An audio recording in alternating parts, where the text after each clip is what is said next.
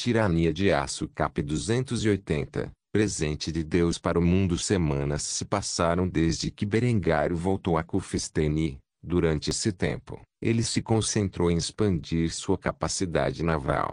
Comparado ao arsenal veneziano, ainda carecia de produção, embora tivesse 3 estaleiros iguais em escala, se não mais significativos. A razão para isso era simples: falta de experiência por parte dos trabalhadores que criaram os navios a partir dos componentes pré-fabricados. Os venezianos tinham séculos de experiência na construção de navios e, como tal, podiam produzir um único navio todos os dias. Se eles poderiam ou não fabricar os canhões necessários para equipar essas embarcações era outra história. Afinal, eles estavam usando canhões de bronze primitivos relativamente pequenos neste ponto. O bronze é um material muito mais raro que o ferro e, claro, mais caro. Os navios de guerra venezianos também careciam de canhões laterais, com seus armamentos localizados exclusivamente nas posições dianteira e traseira. Em comparação com o arsenal veneziano, os estaleiros de Berengário em Trieste e Pola, dedicados ao armamento naval, eram capazes de produzir apenas um navio a cada 4 dias. No entanto, esses navios eram fragatas de quinta categoria com um total de 44 canhões de 24 libras a bordo. Como tal, a sua marinha começou a expandir-se rapidamente em termos do número de navios disponíveis, pelo que Berengar teve de aumentar os esforços de recrutamento para sua marinha. Quanto à sua frota mercante, ela também crescia rapidamente, com um clipper sendo construído a cada 3 dias. Embora o poder naval fosse necessário para garantir seu domínio sobre a região, uma frota mercante devidamente estabelecida era necessária para estabelecer o comércio através do Mediterrâneo. No momento, o grande exército de Berengar tinha 50.000 homens e era o exército mais bem equipado e treinado de toda a Europa. No entanto, sua marinha carecia de comparação, com apenas 10.000 recrutas no ano passado, o que mal dava para colocar 45 navios em campo. Neste momento, Berengário estava a meio da implementação de um recurso essencial a seus navios navais. Ele estava honestamente surpreso por não ter pensado nisso antes. Suas embarcações estavam usando corda de cânhamo inferior e ele planejava melhorá-la com corda de manilha superior quando chegasse às Filipinas, muito parecido com o que os espanhóis haviam feito em sua vida anterior.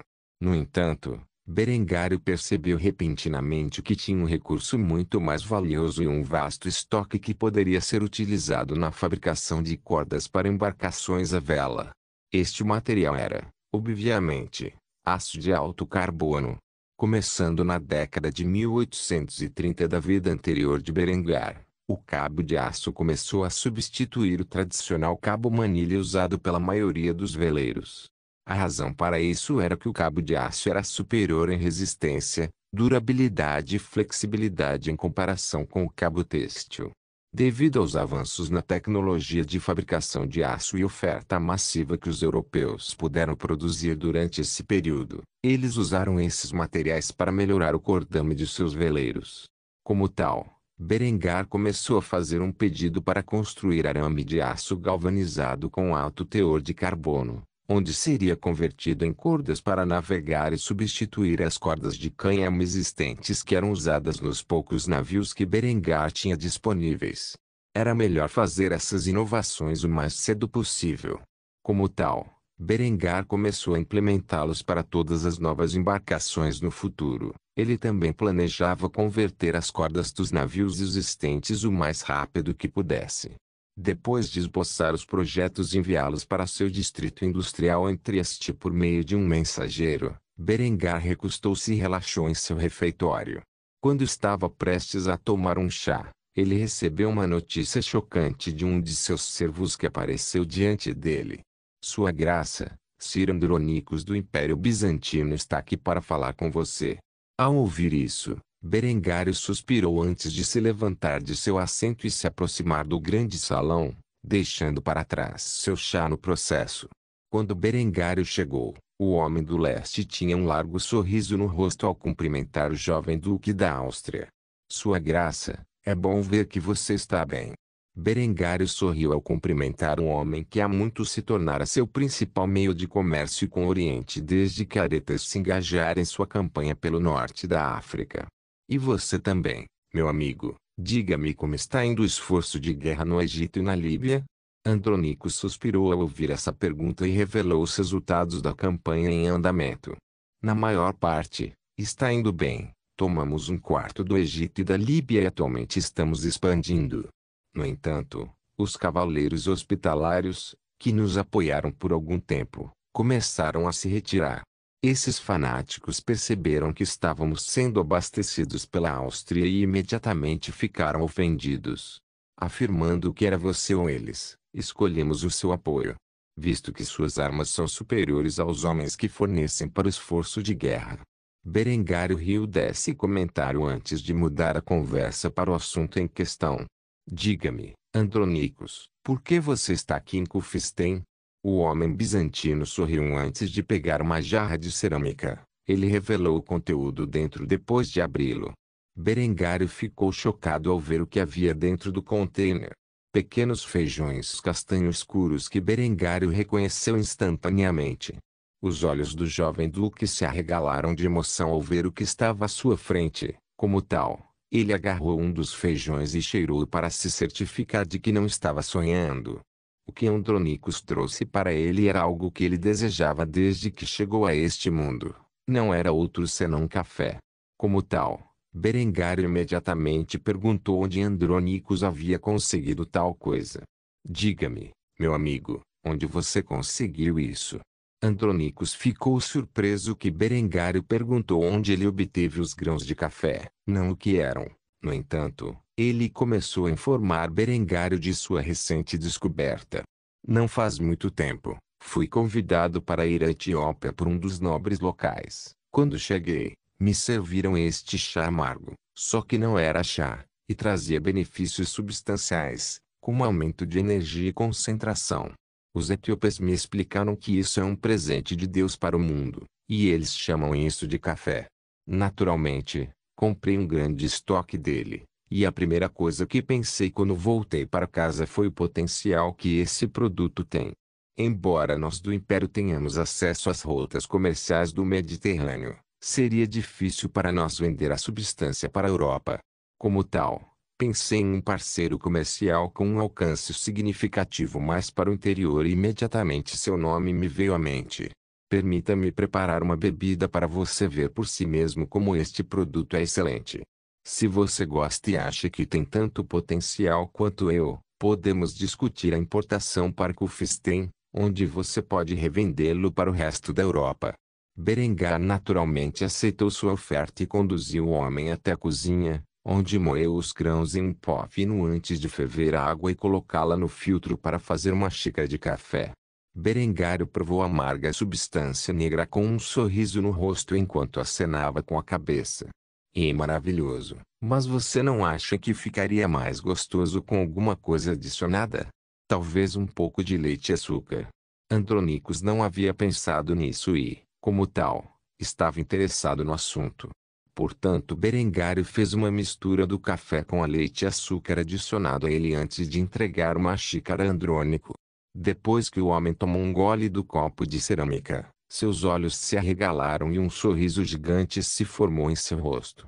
Isso tem um gosto muito melhor do que o café sozinho. Vossa Graça, você é um gênio. Depois de ouvir isso, Berengário apenas sorriu em silêncio e bebeu de sua xícara de café. Finalmente, ele adquiriu uma das muitas coisas que perdeu em sua vida anterior no século XX e depois que os dois homens beberam sua parte justa de café, Berengário começou a falar com Andronicos sobre sua decisão. Vou comprar o máximo de material que você puder me dar e ficaria mais do que feliz em vendê-lo na Áustria e nas regiões vizinhas. Considerando sua falta de rotas comerciais para o norte, nós dois juntos podemos vender isso substância fina em toda a Europa e obter um grande lucro com isso.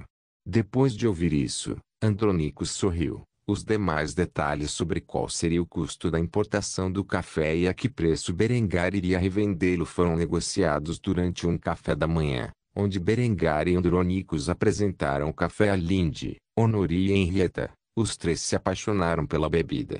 Com leite e açúcar adicionados à mistura, o café se tornaria uma mercadoria desejável na Europa no devido tempo. Tanto a Áustria quanto o Império Bizantino fariam uma fortuna com o monopólio que estabeleceriam sobre a substância.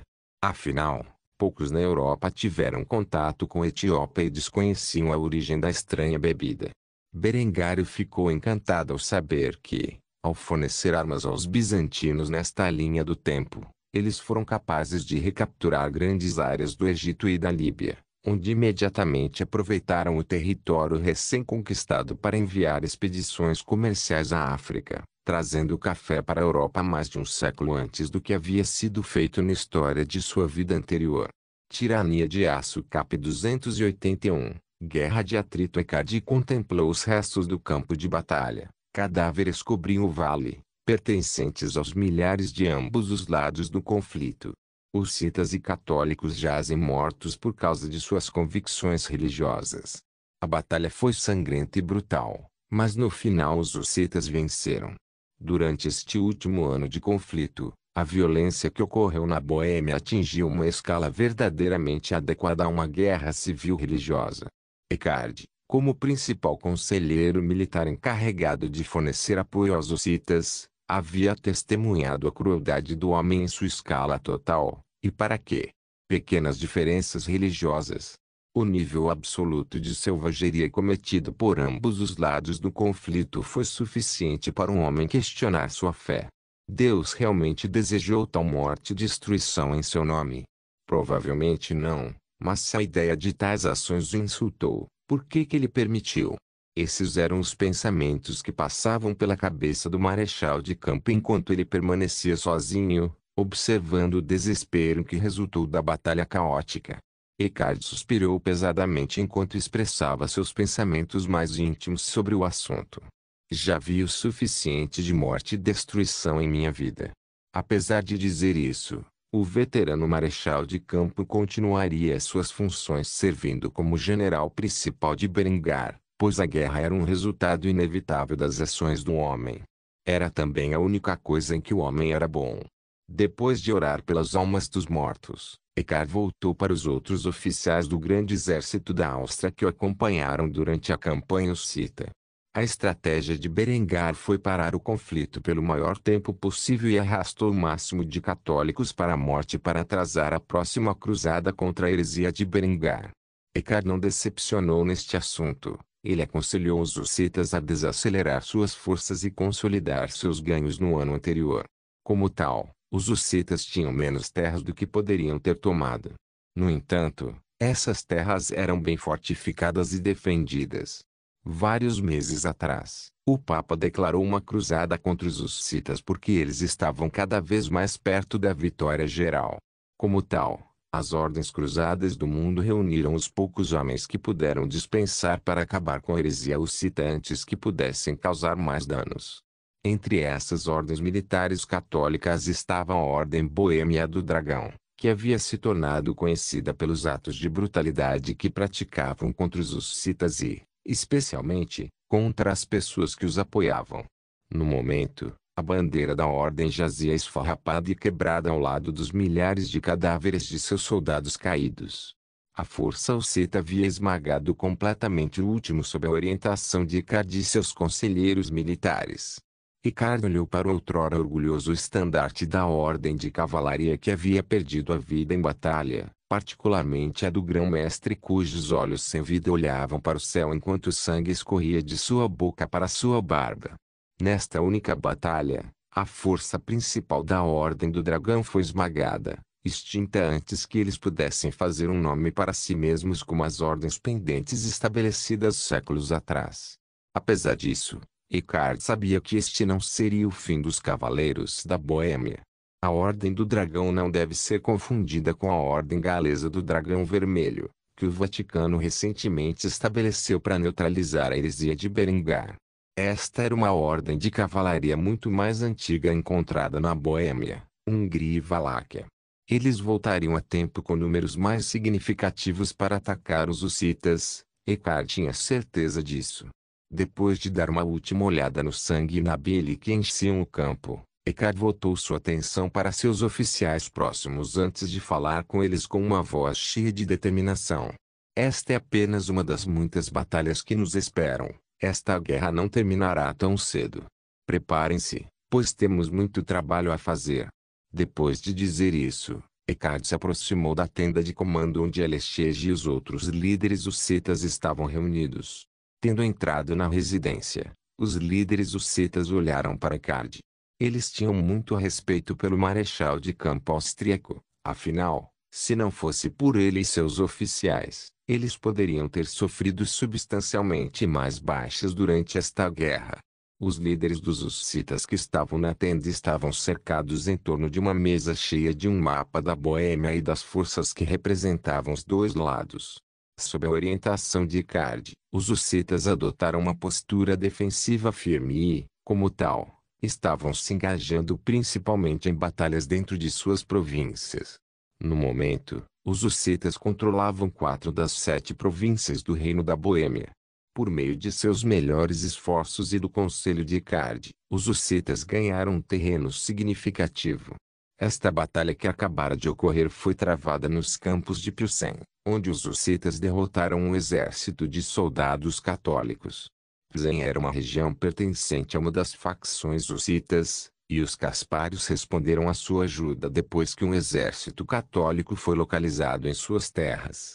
Com muita dificuldade, a vitória foi conquistada defendendo o terreno, mas com alto custo.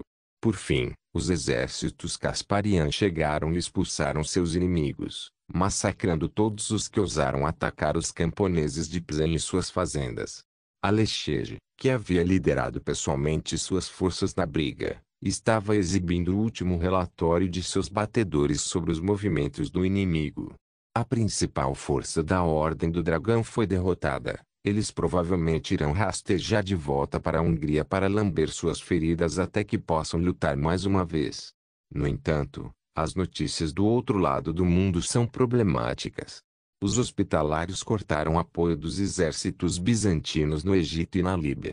Eles se retiraram de sua cruzada no norte da África e prometeram apoio aos católicos na Boêmia. Assim, dezenas de milhares de cruzados marcham agora em direção às nossas terras. O exército tem um único propósito: destruir nosso movimento e massacrar todo homem, mulher e criança que eles considerem herege. Eckhart observou o mapa de perto, com os cavaleiros hospitalários entrando na briga. Isso significava que as coisas se tornariam difíceis. Eles eram uma ordem grande e prestigiada e também foram endurecidos pela batalha das décadas de guerra no norte da África. Ele teria que reajustar sua estratégia se uma quantidade tão grande de cruzados entrasse na guerra. O veterano marechal de campo se aproximou do mapa e começou a mexer nas peças sem a permissão dos outros. Ele moveu várias peças de madeira que representavam as tropas hussitas para posições perto das fronteiras e das várias fortificações que as guardavam. Depois de fazer isso, ele falou com determinação e autoridade. Os hospitalários entraram na Boêmia, o que significa que estaremos lutando contra milhares, se não dezenas de milhares de homens. Simplificando, é improvável que ganhemos mais terreno. O que precisamos fazer é defender nossas fronteiras com o melhor de nossa capacidade. E desgastar os números do católico por atrito. A partir de agora, estamos travando uma guerra defensiva. Nosso melhor curso de ação é manter o terreno que conquistamos enquanto enviamos agentes ao território inimigo para sabotar seus campos e estoques de alimentos. Pode levar meses ou até anos, mas, mais cedo ou mais tarde, o inimigo quebrará suas costas contra nossas defesas e morrerá de fome até a submissão. Não houve uma única voz de desacordo na conferência. Os comandantes hussitas sabiam muito bem que a chegada dos hospitalários representava uma mudança no equilíbrio de poder e, como tal, lutar nesses termos era a melhor solução. A guerra na Boêmia começou a piorar. Os hussitas decidiram se envolver em uma série de cercos prolongados enquanto enfrentavam o inimigo nos campos de seu território para proteger seus cidadãos. Os católicos, zelosos demais e ansiosos por vingança, usariam lentamente sua força recém-descoberta para invadir as terras hussitas. Quando essa guerra de desgaste fosse travada, Os hussitas importariam ainda mais armas, munições e alimentos da Áustria, acumulando uma dívida enorme. Quanto maior a dívida, mais terras Berengário exigiria como forma de pagamento. As minas de prata da Boêmia eram um recurso valioso e, à medida que a economia de Berengar crescia, também começou a estagnar devido à falta de moeda. Assim, ele precisava das minas na Boêmia para estimular o crescimento de sua nação até que pudesse iniciar sua colonização do Novo Mundo e da África. Sem saber, os hussitas começaram a se enredar em dívidas com a Áustria, ao fazê-los selando seus destinos. Berengar não apenas enviou seus conselheiros para ajudar os hussitas, mas também para garantir que os hussitas incorressem em dívidas mais significativas, que só poderiam ser pagas com terras valiosas. Se os hussitas se recusassem a entregar a Boêmia à Áustria após a guerra, Berengar usaria a dívida como um casus belli válido para obter o que desejasse. Para ele, a guerra na Boêmia era de grande importância para financiar suas futuras campanhas de unificação do povo alemão. Tirania de Aço Cap 282, reencontro com um velho amigo desde a fuga de Honoria de Constantinopla. Melissa estava em Antioquia sob o nome de Vístula Melodia. Durante todo esse tempo, a família real bizantina foi incapaz de determinar sua verdadeira identidade, o que ela ajudou Honoria em sua fuga. Como tal, ela construiu uma vida para si mesma em Antioquia. Tendo recebido uma segunda chance na vida, Melissa não voltou a se prostituir para viver. Em vez disso, ela acabou se casando com um carpinteiro trabalhador da cidade. Inicialmente, ela havia passado seus dias em êxtase. Seu casamento foi feliz no início e ela amava o homem que a acolheu quando ela estava sem sorte. No entanto, a felicidade nunca dura de verdade e, como tal, o marido de Melissa logo se viu convocado para as forças armadas para lutar no norte da África. O escasso salário que o homem ganhava nos exércitos do Império Bizantino foi enviado de volta para Melissa em Antioquia. No entanto, esse estipêndio mal dava para sobreviver. Como tal, sua vida foi cheia de dificuldades enquanto ela lutava para manter seu estilo de vida. As coisas pioraram quando a jovem finalmente recebeu a notícia de que seu marido havia morrido em batalha. Em troca, ela não recebeu nada além de um corpo para enterrar e, com suas poucas economias, não pôde pagar um funeral adequado. Assim, no ato de desespero, ela pegou um empréstimo de alguns mercadores desagradáveis e usou para cobrir as despesas do funeral de seu marido. Em pouco tempo, os agiotas vieram reclamar a dívida que ela tinha e, quando descobriram que ela não poderia pagar, tentaram forçá-la a se prostituir mais uma vez para saldar a dívida que ela tinha.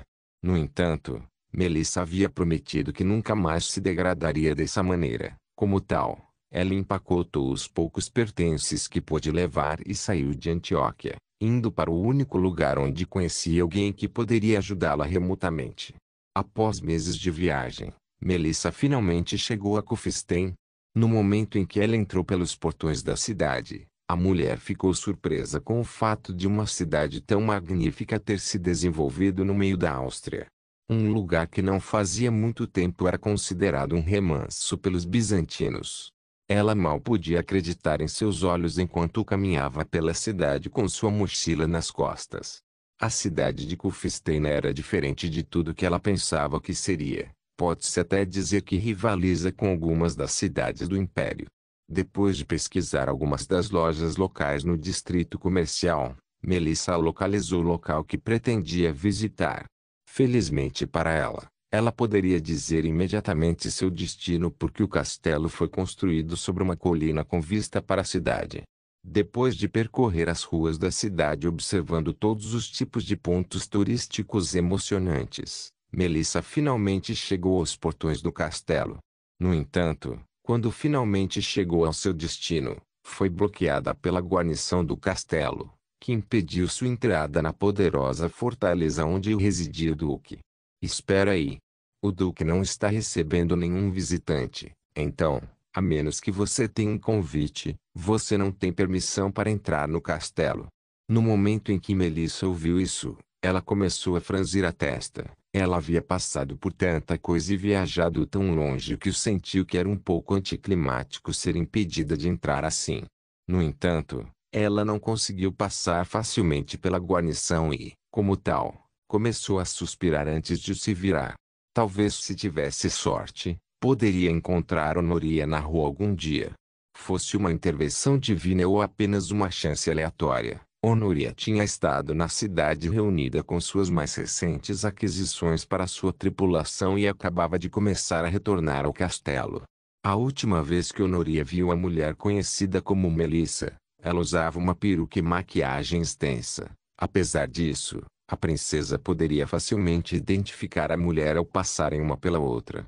Como tal, Honoria parou em seu caminho e agarrou o pulso da mulher, assustando-a no processo, mas no momento seguinte, quando Honoria chamou seu nome, a mulher percebeu quem era quem a agarrou e começou a se acalmar. Melissa, é você? O que você está fazendo aqui em Kufstein? Depois de dizer isso, Honoria trouxe a mulher para um abraço amigável antes de soltá-la. Melissa ficou bastante chocada por ter conseguido encontrar Honoria por puro acaso e lutou para recuperar a compostura. Eventualmente, ela se acalmou antes de expressar suas preocupações à jovem princesa que ela ajudou a fugir de casa. Honoria, preciso da sua ajuda. Vendo o olhar preocupado de Melissa, Honoria ficou preocupada e agarrou a mão da mulher antes de arrastá-la para o castelo com um lindo sorriso no rosto.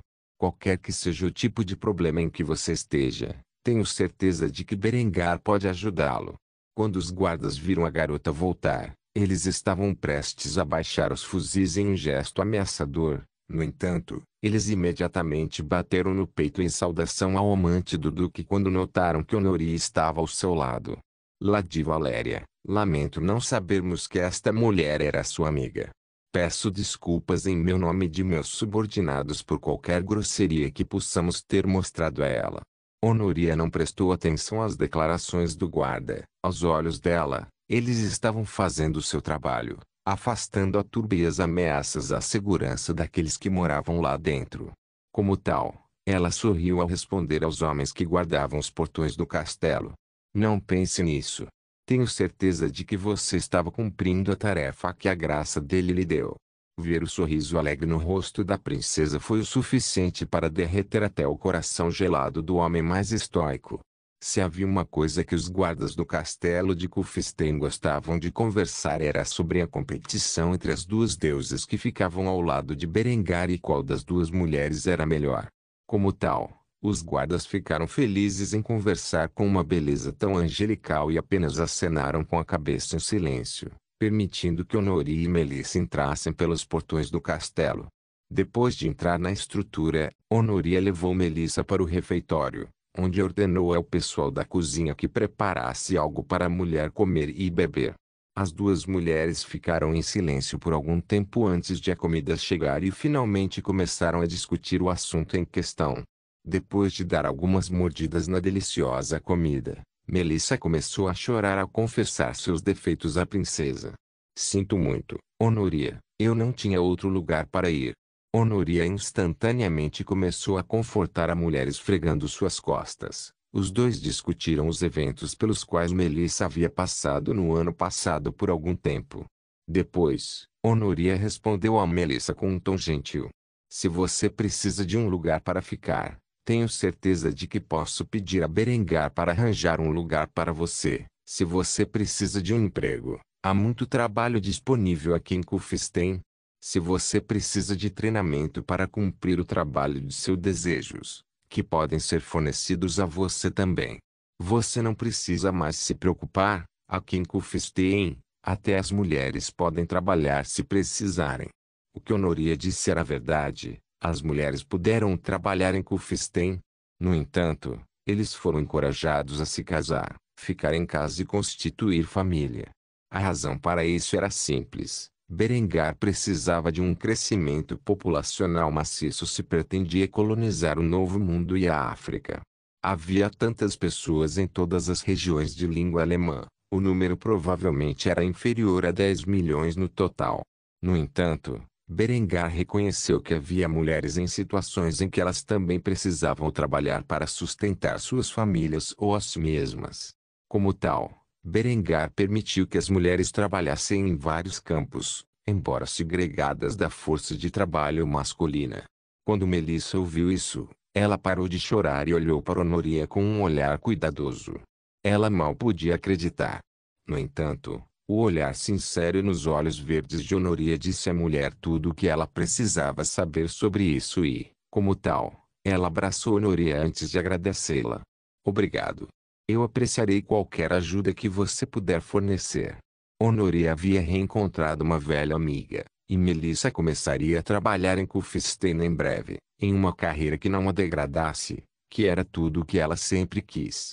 As duas mulheres continuaram conversando por algum tempo, enquanto Honoria contava a Melissa tudo o que havia acontecido durante sua estada em Kufstein e como ela havia se apaixonado por Berengário. Melissa ficou feliz em ver que a vida havia dado certo para Honoria e, assim, as duas mulheres se aproximaram. Apesar de ser a segunda vez que se encontraram, já se sentiam amigos para a vida toda. Não se esqueça de deixar o link de se inscrever no canal. Caso queira contribuir de alguma forma com o canal, entre em contato comigo pelo Instagram do canal. O link do Instagram do canal estará na descrição do vídeo. Por favor, certifique-se de verificar meus outros vídeos. Tenho certeza que você vai gostar deles. Solem irmãs, Solem irmãos.